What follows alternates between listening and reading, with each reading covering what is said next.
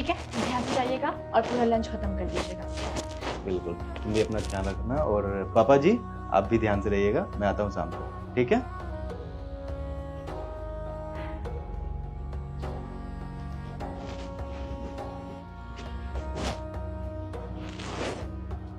पापा, मैं आपके लिए ना कुछ बना के लेके आती हूँ, ठीक है? रुक बेटा, मुझे कुछ नहीं चाहिए बेटा। तेरी तबीयत वगैरह तो ठीक है ना? हाँ बिल्कुल ठीक है, मेरी तबीयत को क्या होगा? पक्का? हाँ बिल्कुल ठीक है मेरी तबीयत तो। पक्का तबीयत ठीक है तेरी? पापा आप ऐसा क्यों पूछ रहे हैं?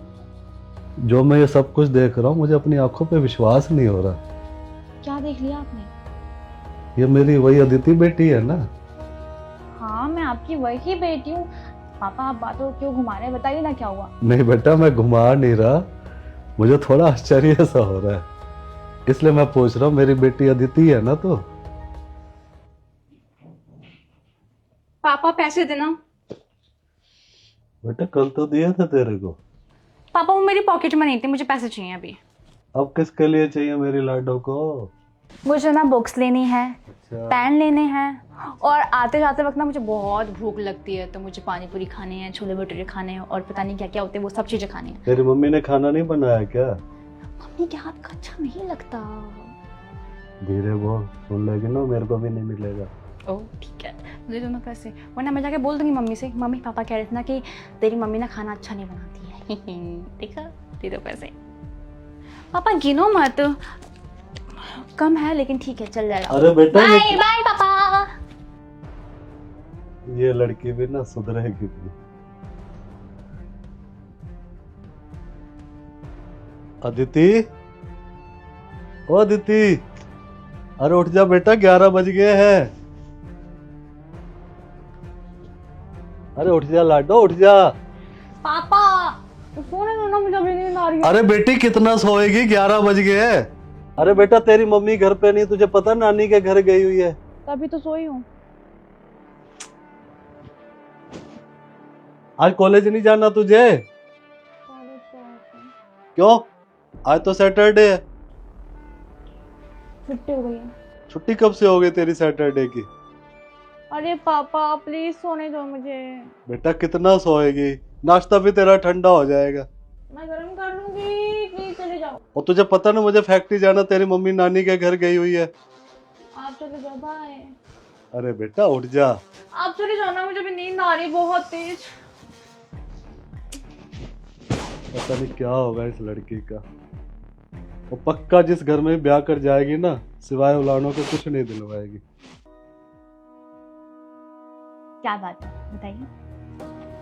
सुबह से तो उठी हुई है, पूजा पाठ टाइम से कर लिया, सास ससुर को चाय नाश्ता दे दिया, और दानिश को भी ऑफिस भेज दिया, और घर भी इतना सुंदर सजा रखा है। तो इसलिए मुझे विश्वास नहीं हो रहा मेरी वो अदिति बेटी जो 11 बजे तो सोकर नहीं उठती थी, उसके बाद हर चीज उसे टाइम पर चाहिए, अपने बेड पर चाहिए, चाय चाहिए बेड पर, नाश्ता चाहिए बेड पर, हर चीज बेड पर। थोड़ा सा भी लेट हो जाता ना था, पूरा घर आसमान पे उठा लेती थी वो मेरी बेटी।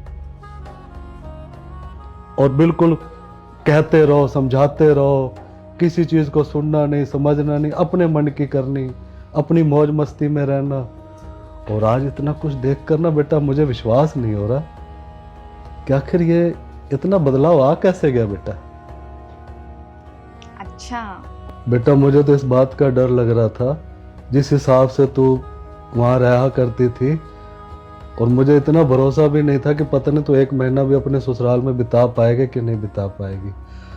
और आज तेरे को देखकर तो बेटा मुझे बहुत ज़्यादा हैरानी हो रही है।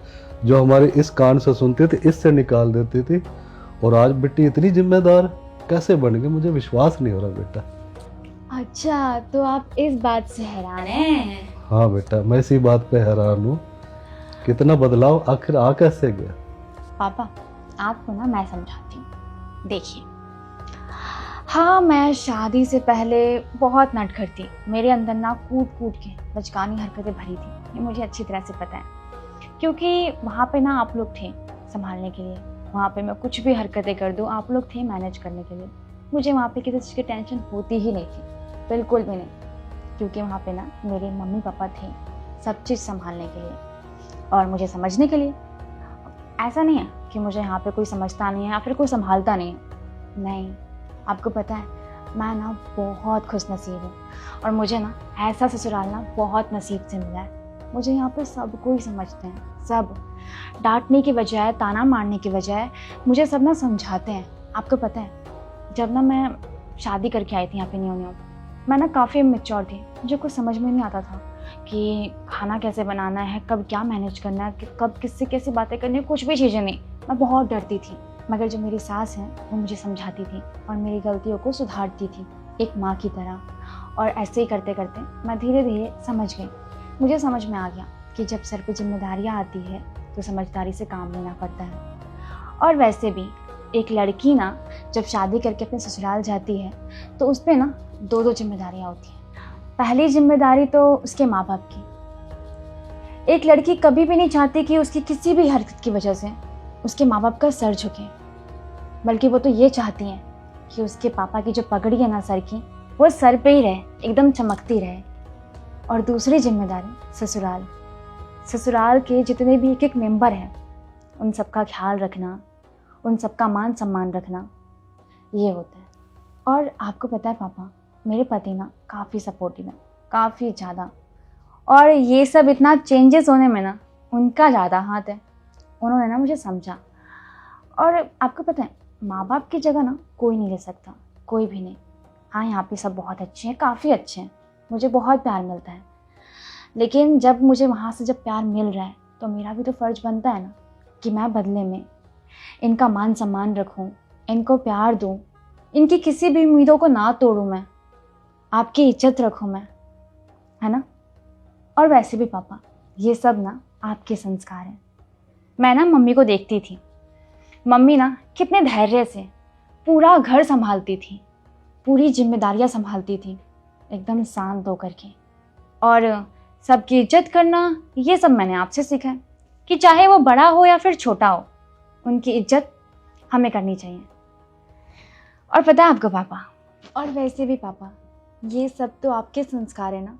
और एक बेटी कभी भी नहीं चाहती कि उसके माँ बाप के संस्कार पे कोई दाग लगे या फिर कोई आ जाए, है ना। सही कह रही है बेटी तो। और पापा मैं घर पे भी बड़ों की इज्जत करती थी। हाँ, वो अलग बात है कि मैं जिद्दी थी, बातें नहीं मानती थी और गुस्से वाली थी है ना। सही कह रही है। पापा आपको पता है मेरे सास ससुर ना बहुत अच्छे हैं, बहुत ही ज़्यादा अच्छे हैं और मैं बहुत लकी हूँ सच में। और पापा आपको एक बात बताती हूँ मैं, आपको ऐसा लग रहा है ना कि मेरी बचकानी हरकतें, ये सब जिद्दीपन, सब कुछ मतलब है ही नहीं मेरे अंदर, आपको ये लग रहा है ना। हाँ, लग तो रहा है बेटा। तो अगर आपको मेरी बचकानी हरकतें देखनी है और ये देखनी है कि कितनी ज़्यादा बड़ी है या फिर कम हुई है, तो एक काम कीजिए, आप ना तैयार रहिए, मैं ना अब घर पे आऊंगी फिर बताऊंगी, ठीक है, कितनी हरकतें करती हूँ मैं, समझे। सही कह रही है बेटा। आज ना मुझे अपनी बेटी पर प्राउड हो रहा है। अच्छा, इतना प्राउड हो रहा है कि अगर हर बेटी ससुराल में जाकर अपने माँ बाप के दी हुई समझ को इस्तेमाल करे और सास ससुर को अपना माँ बाप समझे, तो कहते हैं ना दोनों घर खुशहाल रहते हैं, मायका भी और ससुराल भी। कहते हैं ना एक बेटी की जिम्मेदारियां दो परिवारों की होती हैं। और बेटा मुझे इस बात की खुशी है, बचपन में तूने जो भी किया, जैसे भी किया, पर यहाँ आके जो हमारे संस्कार तूने अपनाए हैं वो ससुराल को स्वर्ग बना दिया है। आज बेटा तूने बाप का सीना चौड़ा कर दिया है। पापा आप एक काम कीजिए, आराम से बैठिए, मैं आपके लिए ना आपकी फेवरेट क्यों चाय बना के लेके आती हूँ। याद है ना मेरी फेवरेट। पापा लेके आती हूँ चाय। ठीक है।